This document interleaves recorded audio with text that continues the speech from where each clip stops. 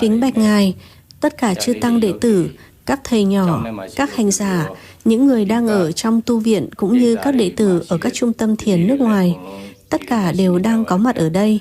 Xin Ngài ban lời giáo huấn ạ. Hãy tinh tấn hành thiền và nỗ lực tu tập giáo pháp. Hãy cố gắng chứng đạt Niết Bàn ngay trong đời này. Đừng suy nghĩ đến việc sẽ quay trở lại cõi người nữa.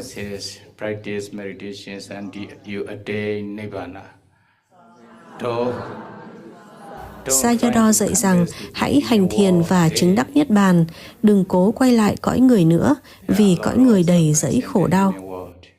Vâng, hoàn toàn đúng như vậy, bạch Ngài.